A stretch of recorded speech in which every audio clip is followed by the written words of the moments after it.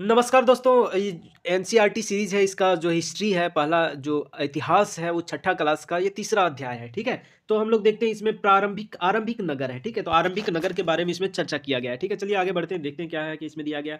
हम यहाँ हड़प्पा की कहानी के बारे में है कि अक्सर पुरानी इमारतें अपनी कहानी बताती हैं। लगभग 150 साल पहले जब पंजाब में पहली बार रेलवे लाइनें बिछाई जा रही थी, तो इस काम से जुटे इंजीनियरों को अचानक हड़प्पा पुरा स्थल मिला।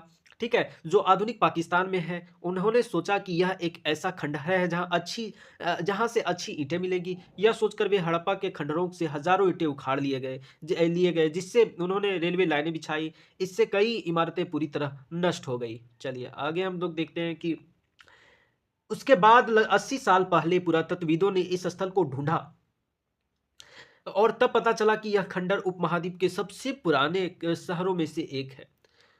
चूंकि इस नगर की खोज सबसे पहले हुई थी, इसीलिए बाद में मिलने वाले इस तरह के सभी पुरास्थलों में जो इमारतों और चीजें मिली हैं, उन्हें हड़प्पा सभ्यता की इमारतें कहा गया। ठीक है, तो हड़प्पा सभ्यता की इमारतें कहा गया। इन शहरों का निर्माण लगभग 4700 साल पहले हुआ था। ठीक है, चलिए आगे हम लोग बढ़ते हैं कि अब हम लोग देख लेते हैं कि नगर का विशेषता क्या था। ठीक है, जो हड़प्पा शहर के नगरों का विशेषता देखते हैं, इसमें क्या क्या विशेषता थी। ठीक है, देखिएगा, इन नगरों में से कई को दो या उससे अधिक हिस्सों में विभाजित किया गया। प्रायः पश्चिमी भाग छोटा था लेकिन ऊंचाई पर बना था। तो ये इंपॉर्टेंट हो जाता है कि जो पश्चिमी भाग है वो आपका छोटा था लेकिन ऊंचाई पर बना था, और जो पूर्वी भाग है बड़ा था लेकिन वो निचले इलाकों में था। ऊंचाई वाले भाग को पुरातत्वविदों ने नगर दुर्ग कहा और नीचे वाले भाग को निचला नगर कहा। दोनों हिस्सों की चार दीवारियों पक्की मिट्टी बनाई जाती थी। तो ये इंपॉर्टेंट हो जाता है, जो चार दीवारियां था वो पक्की मिट्टी द्वारा बनाई जाती थी। इसकी ईंटें इतनी अच्छी पकी थी कि हजारों साल बाद आज तक उनकी दीवारें खड़ी रही। बनाने के लिए ईंटों की चिनाई इस तरह करते थे जिससे कि दीवारें खूब मजबूत रहे। ठीक है, अब हम लोग देख लेते हैं कि कुछ नगरों के नगर दुर्ग में कुछ खास इमारतें बनाई गए थे। मिसाल के तौर पर मोहनजोदड़ो में खास तालाब बनाया गया था जिसे पुरातत्वविदों ने महान स्नानागार कहा। इस तालाब को बनाने में ईंट प्लास्टर का इस्तेमाल किया गया था। इसमें पानी का रिसाव रोकने के लिए प्लास्टर ऊपर चारकोल की परत चढ़ाई गई थी। इस सरोवर के दोनों तरफ से सीढ़ियां बनाई गई थी और चारों ओर कमरे बनाए गए थे। ठीक है, अब हम लोग देखते हैं कि इसमें भरने के लिए पानी कुएं से निकाला जाता था। उपयोग के बाद इसे खाली कर दिया जाता था। शायद यहाँ विशिष्ट नागरिक विशेष अवसरों पर स्नान किया करते थे। कालीबंगा, लोथल जैसे अन्य नगरों में अग्नि कुंड मिले हैं। ये काफी इंपॉर्टेंट हो जाता है कि जैसे हम लोग देखें कि एक विशाल स्नानागार कहाँ मिला आपका, मोहनजोदड़ो में मिला, लेकिन अग्नि कुंड का जो प्रमाण मिलता है वो आपका कहाँ मिलता है, कालीबंगा और लोथल में। ठीक है, तो ये अग्नि कुंड का प्रमाण मिलता है जहां संभवतः यज्ञ किए जाते होंगे। हड़प्पा, मोहनजोदड़ो, लोथल जैसे कुछ नगरों में बड़े बड़े भंडार गृह भी मिले हैं। तो हम लोग देख लेते हैं चित्र में क्या क्या दिया है, मानचित्र में इसके बारे में देखते हैं। जैसे यहाँ पे हो गया आपका सिंधु नदी है। ये सिंधु नदी में हमको झेलम हो गया, चिनाब हो गया, रावी हो गया, यहाँ से ब्यास है, रावी ब्यास।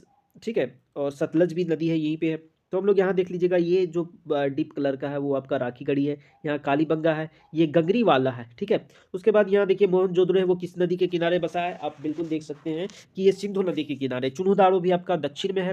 तो ये इंपॉर्टेंट है, आ जाता है क्वेश्चन, यूपीएससी का क्वेश्चन आ जाता है कि भैया बताइए गंगरीवाल जो है वो कहाँ से है, वो आपका नवपाषाण युग का है या फिर प्राग ऐतिहासिक काल का है। ठीक है, ये क्वेश्चन आ चुका है 2017 या 18 की यूपीएससी का क्वेश्चन है इस प्रकार का। ठीक है, उसके बाद देख लेते हैं कि सतकोह जो कि आपका अफगानिस्तान वाले क्षेत्र में है। ठीक है, धौलावीरा और सुरकोटदा ये गुजरात वाले क्षेत्र में है ना, और कालीबंगा जो कि राजस्थान वाले क्षेत्र में है। ठीक है, तो सबसे ऊपर में जो दिख रहा है यहाँ पे आप देख सकते हैं कि हड़प्पा वाला क्षेत्र जो आपको दिख रहा है कि वो रावी नदी के किनारे जो बसा हुआ है, ये रावी नदी के किनारे हड़प्पा जो बसा हुआ है।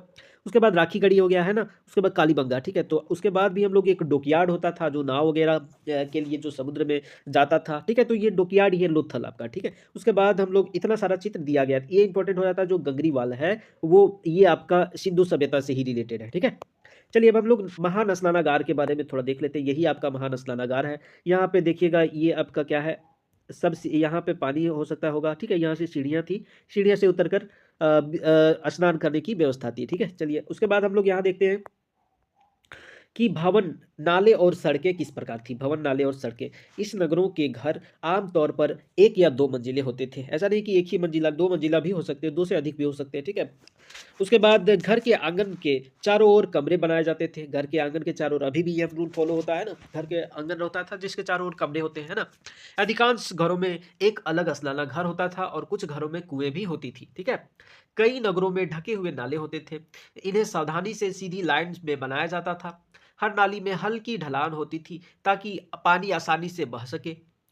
अक्सर घरों की नालियों को सड़कों की नालियों से जोड़ दिया जाता था, अभी भी होता है। जो मेन सड़क की नाली होता है उसको घरों की छोटी-छोटी नालियों से जोड़ दिया जाता है ना, जो बाद के बड़े नालों में मिल जाती थी। नालों को ढके होने के कारण इनमें इनमें जगह-जगह पर मेनहोल बनाए गए थे, ठीक है? तो मेनहोल बनाया जाता था जिनके ज़रिए इनकी देखभाल और सफाई की जा सके। घर, नाले और सड़कों सड़कों का निर्माण योजनाबद्ध तरीके से एक साथ किया जाता था। चलिए ये काफ़ी इंपॉर्टेंट, अब यहाँ देख सकते हैं कि कितना साइंटिफिक वे में बनाया गया था, है ना? चलिए आगे बढ़ते हैं हम लोग कि नगरीय जीवन किस प्रकार था, इसके बारे में चर्चा करते हैं। हड़प्पा के नगरों में बड़ी हलचल रहा करती होगी। यहाँ पर ऐसे लोग रहते होंगे जो नगर की खास इमारतें बनाने की योजना में जुटे रहते थे। यह संभवतः यहाँ के शासक थे। यह भी संभव है कि यह शासक लोगों को भेजकर दूर-दूर से धातु, बहुमूल्य पत्थर और अन्य उपयोगी चीजें मंगवाते थे। शायद शासक लोग खूबसूरत मनकों, सोने चांदी से बने आभूषणों जैसी कीमती चीजों को अपने पास रखते होंगे।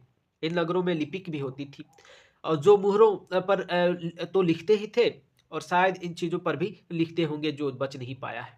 चलिए आगे देखते हैं क्या है कि लिपिक भी रहते थे और जो शासक लोग हैं निर्माण कार्य में व्यस्त रहते थे, ठीक है? साथ ही साथ बहुत दूर से जो कीमती औजारों, धातुओं वगैरह को भी मँगवाते थे, ठीक है? अब हम लोग देखते हैं कि इसके अलावा नगरों में शिल्पकार, स्त्री-पुरुष भी रहते थे जो अपने घरों या किसी उद्योग स्थल पर तरह-तरह की चीज़ें बनाते होंगे। लंबी यात्राएँ भी करते थे और वहाँ से उपयोगी वस्तुएँ लाते थे। साथ ही लाते थे दूर देशों की किस्से, कहानियाँ और मिट्टी से बने खिलौनों भी मिले हैं, जिसे बच्चे खेलते होंगे, ठीक है? तो यहाँ पे ना सिर्फ़ देख रहे हैं कि बेहतरीन ढंग से नाले बने हैं और घर का जो स्ट्रक्चर है वो भी बेहतरीन ढंग ढंग से बना है, साथ ही उद्योग और स्थलों का भी प्रमाण मिलता है और लंबी यात्रा करके चीज़ को सुदूर सुदूर जगह से चीज़ों को साथ-साथ कहानियाँ और किस्सों को भी एक जगह से दूसरी जगह से लाया जाया करता था और साथ ही साथ हम लोग देख रहे हैं कि मिट्टी का खिलौना भी पाया गया है जो कि बच्चे खेलते होंगे, ठीक है? अब यहाँ देख लेते हैं कि जैसे मोहनजोदड़ो की सड़क पर बना नमूना और एक कुआँ है और बाएँ ओर हड़प्पा की मुहर है। यहाँ देखिए हड़प्पा की मुहर है, तो ये हड़प्पा की मुहर है, ठीक है? आप देख ले सकते हैं मोहनजोदड़ो फ़िल्म जो ऋतिक रोशन का है, तो उसमें एक सींग वाला जानवर का चर्चा किया गया है ना? तो आप यहाँ देख लेते हैं कि प्राचीनतम उदाहरण विद्वान कोशिश करते हैं लेकिन अभी तक पढ़ा नहीं गया है। इसका अर्थ है कि दाएँ मिट्टी पक्की और ये मिट्टी जो खिलौना है वो पक्की मिट्टी का है, ठीक है? बेहतरीन ढंग से बनाया गया है। अब हम लोग देखते हैं कि नगर और शिल्प, ये यहाँ शिल्प किस प्रकार का बना हुआ था, किस प्रकार का शिल्पकारी होती थी। अब हम कुछ ऐसी चीज़ों के बारे में अध्ययन करें जो हड़प्पा के नगरों से प्राप्त हुए। पुरातत्वविदों को जो चीज़ें मिली हैं, वहाँ मिली है उनमें अधिकतर पत्थर, शंख, देखिएगा क्या चीज़ है, पत्थर है, शंख है, तांबे, काँसे, सोने और चांदी जैसी धातुओं की बनाई गई थी। तांबे और काँसे में औज़ार, हथियार, गहने, बर्तन बनाए जाते थे। सोने और चांदी से गहने और बर्तन बनाए जाते थे। ठीक है? यहाँ मिली सबसे आकर्षक वस्तुओं में आपका क्या है, मनके, बाट और फलक भी मिला है। ठीक है? तो यहाँ देख लेते हैं कि पत्थर के का शंख हो गया, तांबे, काँसे, सोने, चांदी, तो ऐसा नहीं कि चांदी और सोना का प्रमाण नहीं मिलता है, बिल्कुल मिलता है। काँसे के औज़ार मिलता है, हथियार मिलता है, गहने मिलता है, बर्तन मिलता है, सोने, चांदी के आभूषण भी मिलता है, बर्तन भी मिलता है, मनके भी बना है, बाट भी बना है और फलक भी का प्रमाण मिलता है। ठीक है? उसके बाद देख लेते हैं कि हड़प्पा सभ्यता के लोग पत्थर की मुहरें बनाते थे। तो ये इंपॉर्टेंट हो जाता था कि पत्थर की भी मुहरें मिलता है। इन आयताकार मुहरों का सामान्यतः जानवरों से के चित्र मिलते हैं। हड़प्पा सभ्यता के लोग काले रंग के डिज़ाइन के लिए करते हुए खूबसूरत लाल मिट्टी का बर्तन बनाते थे। ये काफ़ी इंपॉर्टेंट है कि अगर कोई भी बर्तन है तो वो बेसिकली लाल मिट्टी की होती थी, ठीक है? और इसमें एक डिज़ाइन वगैरह जो फ़ॉलो करता है वो आपका काले रंग का हो सकता था, ठीक है? अब हम लोग देखते हैं कि संभवतः 7,000 साल पहले मेहरगढ़ में कपास की खेती होती थी। ये तो हम चर्चा कर चुके हैं कि मेहरगढ़ का प्रमाण सबसे पहले कृषि के क्षेत्र में होता है। ठीक है? ठीक है, उसके बाद है मोहनजोदड़ो से कपड़े के टुकड़ों का अवशेष, चांदी के एक फूलेदान के ढक्कन और कुछ अन्य तांबे की वस्तुओं के से चिपके हुए मिले हैं। पक्की मिट्टी तथा फैन से बनी तकलियाँ सूत काटने का संकेत भी देती है। देखिए एक प्रकार का ये साधु बाबा है, ठीक है?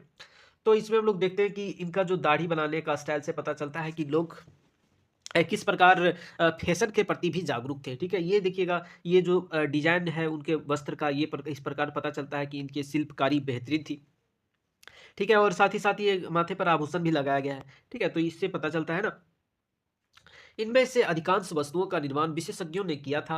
विशेषज्ञ उसे कहते हैं जो किसी खास चीज को बनाने के लिए खास प्रशिक्षण लेता है, जैसे पत्थर तराशना, मनके चमकाना या फिर मुहरों पर पच्चीकरी करना आदि। ठीक है, तो मूर्ति का चेहरा कितने आकर्षक ढंग से बनाया गया है, उसकी दाढ़ी कितनी अच्छी तरह से दर्शाई गई है, यह किसी विशेषज्ञ मूर्तिकार का ही काम हो सकता है। तो मूर्ति कला जो भी वो भी बेहतरीन ढंग से अपने स्तर पर पहुंच चुका था। ठीक है, क्योंकि हम लोग देख सकते हैं हर एक चीज को बेहतरीन ढंग से उकेरा गया है। हर व्यक्ति विशेषज्ञ नहीं हो सकता था। हमें यह पता नहीं है कि क्या सिर्फ पुरुष ही ऐसे कामों में प्रशिक्षण हासिल करते थे या फिर केवल महिलाएं ही। कुछ शायद महिलाओं और पुरुष दोनों में काम करने में दक्ष होते होंगे, है ना? अब हम लोग देखते हैं फियोन्स, है ना?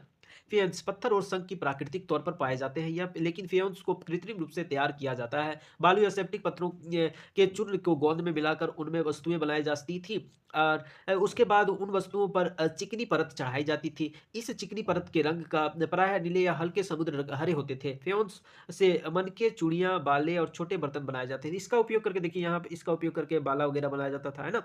चूड़ियाँ वगैरह बनाया जाता है, ठीक है? मनके वगैरह भी इसका उपयोग करके बनाया जाता था। चलिए अब हम लोग देखते हैं कच्चे माल की खोज में। कच्चा माल उन पदार्थ को कहते हैं जो जो या तो प्राकृतिक रूप से मिलते हैं, या फिर किसान या पशुपालक उनका उत्पादन करते हैं, जैसे लकड़ी या धातुओं के अयस्क प्राकृतिक रूप से उपलब्ध कच्चे माल हैं। इनसे फिर कई तरह की चीजें बनाई जाती हैं। मिसाल के तौर पर किसानों द्वारा किए गए कपास को कच्चा माल कहते हैं, जिससे बाद में कताई बुनाई करके कपड़ा तैयार किया जाता है। हड़प्पा में लोगों को कई चीज़ें वहीं मिलती थी, लेकिन तांबा, लोहा, सोना, चांदी, बहुमूल्य पत्थरों जैसे पत्थरों का दूर-दूर से आयात करते थे। ठीक है? तो यहाँ से हम लोग पता चलता है कि जो कच्चा माल है, उसका आयात भी काफ़ी दूर-दूर से करते थे। ये बैलगाड़ी का प्रमाण भी मिलता है, तो इस प्रकार हम लोग देखते हैं कि वाहन का विकास हो चुकी थी। हड़प्पा के लोग तांबे का आयात संभवतः आज के राजस्थान से करते थे, तो यहाँ तक क्लियर हो गया कि राजस्थान से करते थे। यहाँ तक कि पश्चिमी एशियाई देश ओमान से भी तांबे का आयात किया जाता था। कांसा बनाने के लिए तांबे के साथ मिलाई जाने वाली धातु जो है कि टीन का आयात आधुनिक ईरान और अफगानिस्तान से किया करते थे। सोने का आयात आधुनिक कर्नाटक, और बहुमूल्य पत्थरों का आयात गुजरात, ईरान, अफगानिस्तान से किया जाता था। ठीक है, तो हम लोग यहाँ देख लेते हैं कि खिलौना जो है वो बैलगाड़ी का खिलौना प्रतीक है। ठीक है, जो यातायात साधन का विकास का प्रमाण मिलता है। ठीक है, उसके बाद हम लोग देखते हैं कि नगरों में रहने वालों के लिए भोजन वो किस प्रकार था। देखिए, लोग नगरों के अलावा गाँव में भी रहते थे, वे अनाज उगाते थे और जानवर पालते थे। किसान चरवाहे ही शहर में रहने वाले शासकों, लेखकों, दस्तकारों को खाने के सामान देते थे। पौधों के अवशेष से पता चलता है कि हड़प्पा के लोग गेहूँ, जौ, दाल, मटर, धान, तिल, सरसों आदि उगाते थे। ठीक है, उसके बाद हम लोग देखते हैं कि ज़मीन की जुताई के लिए हल का प्रयोग की बात एक नई बात थी। देखिए, ये हल है, इसका प्रयोग करते थे, ठीक है? उसके बाद हड़प्पा काल के हल तो नहीं बच पाए हैं, क्योंकि वे प्रायः लकड़ी के बनाए जाते थे, लेकिन हल के आकार के खिलौने मिले हैं। इस क्षेत्र में बारिश कम होती होती है, इसलिए सिंचाई के लिए लोग कुछ तरीके अपनाए होंगे। संभवतः पानी का संचय किया जाता होगा, और ज़रूरत पड़ने पर उसके फसलों का सिंचाई की जाती होगी। अब यहाँ हम देखते हैं कि हड़प्पा के लोग भैंस, गाय, भेड़, बकरियाँ पालते थे। बस्तियों के आसपास तालाब और चारागाह होते थे, ठीक है? तो बस्तियों के आसपास आपका एक तालाब भी होता था और चारागाह भी होता था। लेकिन सूखे महीनों में मवेशियों के झुंड को चारा पानी तलाश के लिए दूर-दूर भटकना पड़ता था, है ना? वे बैर जैसे फलों को इकट्ठा करते थे, मछलियाँ पकड़ते थे, हिरन जैसे जानवरों का भी शिकार करते थे। चलिए अब हम लोग देखते हैं कि गुजरात में हड़प्पा कालीन नगर का सूक्ष्म निरीक्षण करते हैं ना? जैसे कच्छ के इलाके में खदीर बेट के किनारे धौलावीरा नगर बसा हुआ है। देखिए, याद रखना कि खदीर बेट के किनारे एक धौलावीरा नगर है, ठीक है? और वहाँ साफ पानी मिलता है। पानी उपजाऊ थी। जहाँ हड़प्पा सभ्यता के कई नगर 2 भागों में विभक्त थे, वहीं धौलावीरा नगर 3 भागों में बाँटा गया था। ये इम्पोर्टेंट हो जाता है कि ऐसा ऐसा हड़प्पा सभ्यता का नगर जो 3 भागों में बँटा था। तो इसका आंसर हो जाएगा धौलावीरा, ठीक है? इसमें देखते हैं कि इसके हर हिस्से पे चारों ओर पत्थर की ऊंची-ऊंची दीवारें बनाई गई थी। इससे अंदर जाने के लिए बड़े-बड़े प्रवेश द्वार थे। इस नगर में एक खुला मैदान भी था, जहाँ सार्वजनिक कार्यक्रम आयोजित किए जाते थे। यहाँ मिले कुछ अवशेष में हड़प्पा लिपि के बड़े-बड़े अक्षरों को पत्थरों में खुदा पाया गया है। इन अभिलेखों के संभवतः लकड़ी में जड़ा था। जड़ा गया था और यह एक अनोखा अवशेष है क्योंकि आमतौर पर हड़प्पा के मुहर जैसी छोटी वस्तुएं में पाए जाते थे। ठीक है, तो लोथल तो बता दिए थे कि एक आपका बंदरगाह था, डॉकयार्ड था ना। तो गुजरात की खंभात की खाड़ी में मिलने वाले साबरमती की एक उपनदी किनारे बसा लोथल ऐसे स्थान पर बसा था जहां कीमती पत्थर जैसा कच्चा माल आसानी से मिल जाता था। यहाँ पत्थरों, शंखों और धातुओं से बनाई गई चीजों का महत्वपूर्ण केंद्र था। इस नगर में एक भंडार गृह भी था। इस भंडार गृह में कई मुहरें और मुद्रांकन मुहरबंदी गीली मिट्टी पर भी दबाने से बनी उनकी छाप पर मिले हैं। ठीक है, चलिए अब हम लोग ये देखिए, यही आपका है गुजरात वाला क्षेत्र। ठीक है, अब हम लोग आते हैं कि यहाँ पर एक इमारत मिली है जहां समतल मनके बनाने का काम होता है। पत्थर के टुकड़े, अधबने मनके, मनके बनाने वाले उपकरण का तैयार मनके भी यहाँ पर मिले हैं। ठीक है, चलिए आगे हम लोग देखते हैं कि ये जो मुद्रा है या मुहरबंदी हो किस प्रकार होता था। मुहरों का प्रयोग सामान सामान से भरे उन डिब्बों या थैलों को चिन्हित करने के लिए किया जाता होगा जिन्हें एक जगह से दूसरी जगह पर भेजा जाता था। थैले को बंद करने के बाद उन पर मुहरों पर गीली मिट्टी पोत कर उन पर मुहरें लगाई जाती थी। मुहर की छाप को मुहरबंदी कहते कहते हैं। अगर छाप टूटी हुई नहीं होती तो साबित हो जाता है कि सामान के साथ छेड़छाड़ नहीं हुई है। ठीक है, चलिए सभ्यता का अंत के बारे में चर्चा करते हैं। लगभग 3900 साल पहले एक बड़ा बदलाव देखने को मिलता है। अचानक लोगों इन नगरों को छोड़ दिया। लेखन, मुहर, बाटों का प्रयोग बंद हो गया। दूर दूर कच्चे माल का आयात काफी कम हो गया। मोहनजोदड़ो में सड़कों पर कचरे के ढेर बनने लगे। जल निकास प्रणाली भी नष्ट हो गई और सड़कों पर झुग्गीनुमा घर बनाए जाने लगे। यह सब क्यों हुआ? कुछ पता नहीं। कुछ विद्वानों का कहना है कि नदियां सूख गई थी। अन्य का कहना है कि जंगलों का विनाश हो गया था। इसका कारण ये हो सकता है कि ईंटें पकाने के लिए ईंधन की जरूरत पड़ती थी और इसके अलावा मवेशियों के बड़े बड़े झुंडों से चारागाह और घास वाले मैदान समाप्त हो गए होंगे। कुछ इलाकों पर बाढ़ आ गई होगी, लेकिन इन कारणों से यह स्पष्ट नहीं हो पाता कि सभी नगरों का अंत कैसे हो गया, क्योंकि बाढ़ और नदियों के सूखने का असर कुछ ही इलाकों में हुआ होगा। ऐसा लगता है कि शासकों का नियंत्रण समाप्त हो गया। जो भी हुआ हो, परिवर्तन का असर बिल्कुल साफ दिखाई देता है। आधुनिक पाकिस्तान के सिंध और पंजाब की बस्तियां उजड़ गई थी और कई लोग पूर्व और दक्षिण के इलाकों में नई और छोटी बस्तियों में जाकर बस गए थे। इसके लगभग 1400 साल बाद नगरों का विकास हुआ। इसके बारे में अध्याय 5 और 8 में पढ़ेंगे। ठीक है, चलिए ये सारा क्वेश्चन आप जिस प्रकार बताया है उसको बनाने का कोशिश कीजिएगा, है ना, कि पुरातत्ववाद कैसे ज्ञात हुआ। हड़प्पा सभ्यता के दौरान कपड़े का उपयोग कैसे हुआ, तो आपको पता है कि कपड़े का प्रमाण मिला है ना। उसके बाद तांबा जो है वो कहाँ से आपका आता था? राजस्थान वाला क्षेत्र से। टीन का सोना जो आता था वो आपका कर्नाटक वाला क्षेत्र से आता था। बहुमूल्य पत्थर आपका टीन भी आपका अफगानिस्तान, बहुमूल्य पत्थर गुजरात से भी मिलता था, है ना। इस प्रकार हम लोग देखते हैं। चलिए इसको बना लीजिएगा। ठीक है, अब हम नया चैप्टर चालू करेंगे अगला वीडियो में। ठीक है, धन्यवाद दोस्तों, शेयर जरूर कीजिएगा और सब्सक्राइब जरूर कर लीजिएगा। जय हिंद।